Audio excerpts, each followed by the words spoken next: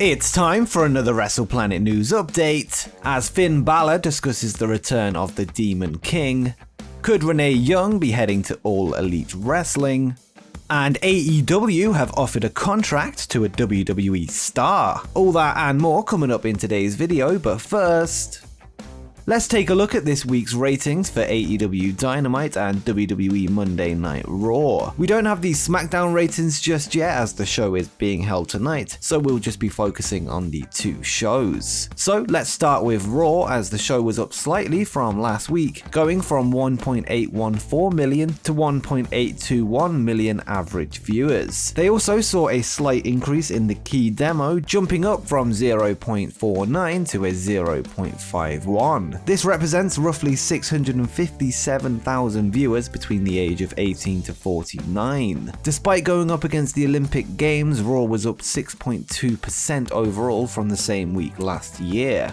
On the AEW side of things, the Homecoming special of Dynamite saw a slight decrease of around 0.5%, drawing an average of 1.102 million viewers on TNT, which is just 6,000 less than last week's Fight for the Fallen. In terms of week-to-year comparison, this is actually up 22.3% from the same week in 2020. In the key demo, they saw a slight bump going from a 0.45 to a 0.46, which represents roughly 593,000 viewers in the key demo, which is just 64,000 below Monday Night Raw. AEW has now broken the 1 million viewer mark 4 weeks in a row, which was often seen as the ceiling for the show. Consistently breaking this barrier shows the growth and the buzz currently around the AEW product, and they have every chance of keeping their head above the water if they can keep this momentum going. This week, AEW revealed the announced team for their upcoming TNT show, Rampage, which will see a 4-man booth called The Action. Mark Henry, who was announced for the gig at AEW Revolution earlier this year, will be joined by Excalibur, Taz, and Chris Jericho. It will be interesting to see if this is a permanent role for Jericho, who is also on the active talent roster. Whilst the 4-man booth is a little bit overkill, hopefully this is just to allow the lesser experienced Henry and Jericho to find their feet before AEW transition out the more experienced commentators, dropping to a 2 or 3-man team. The show is set to debut next week on Friday, August 13th, which will be headlined by Britt Baker defending her AEW Women's World title against Red Velvet in Britt's hometown of Pittsburgh, Pennsylvania. This follows a confrontation between the two women this past week on Dynamite, with the match expected to main event the show. Next up, Inside the Ropes recently spoke with AEW's Chris Jericho, and the topic of the recent CM Punk to AEW rumors came up. As we all know, CM Punk has reportedly signed with AEW, with his debut with the promotion expected to happen at the upcoming AEW Rampage, the First Dance special, in just 2 weeks' time in his hometown of Chicago, Illinois. The first ever AEW World Champion was asked if he'd like to see Punk in AEW and discussed the buzz surrounding the promotion, with Jericho saying, "Well, the short answer is of course. He's one of the few guys out there that has this mythology surrounding him because he hasn't wrestled so long. So it would create a huge buzz that would add to the already huge buzz that we have. And I think the fact that 12,000 tickets sold at the United Center without one name being announced or one match even being announced shows just how much anticipation there is for all these things. So yeah, we'll see what happens." Jericho added that he doesn't know if Punk is signed or is signing with AEW, but admitted he's intrigued by the prospect and added, "I honestly really don't know. It's something that I know nothing about. Obviously it's intriguing and I'll be watching along with everybody else to see what happens, but we've got this great momentum without Punk and we'll have great momentum continuing without him. So either way, I think we've built ourselves up into a great position right now." Jericho is set to be on commentary for the First Dance edition of Rampage, which will be the show's second ever episode on August 20th, so he'll have a front row seat of Punk's debut in the United Center.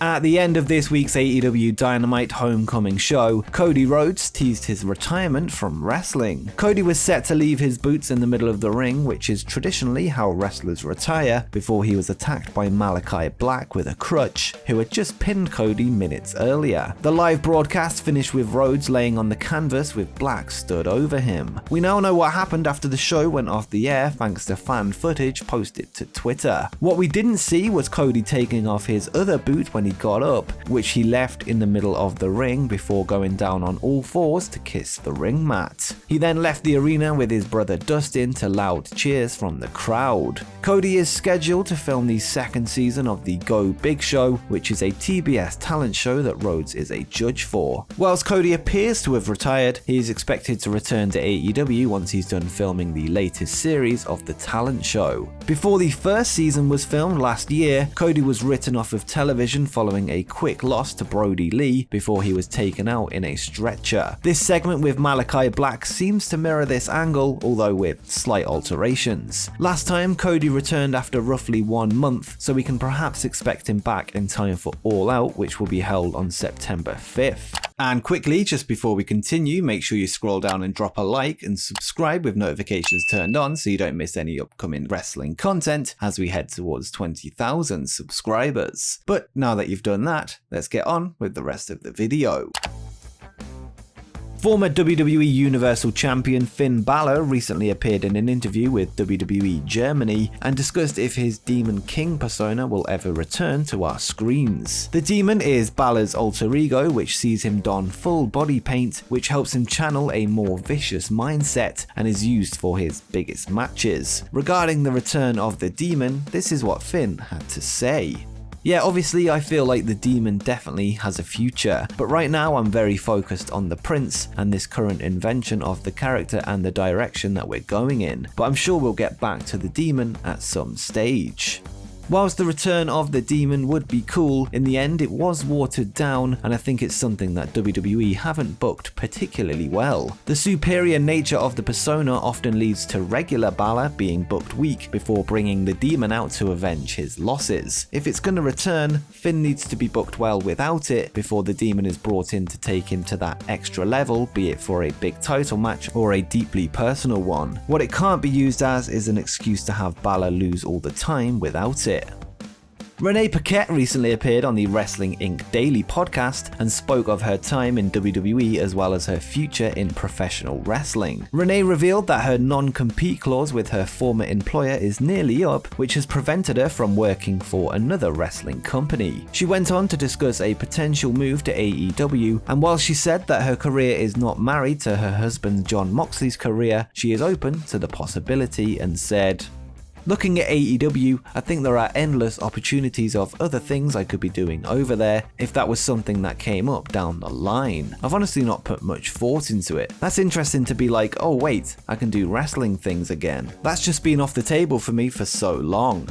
Paquette, then going by the name of Renee Young, announced her departure from WWE at SummerSlam last August due to feeling that she had accomplished everything that she could with them. This means that her non-compete clause has lasted a year, which is crazy when you think about it. Her goals seem to be set on expanding outside of the wrestling space, but a once-a-week role on AEW television certainly wouldn't hurt her outside projects. She'd no doubt be a great addition to their on-screen talent, and it would be interesting if she were to get involved in a Jon Moxley feud, becoming the target of one of his rivals.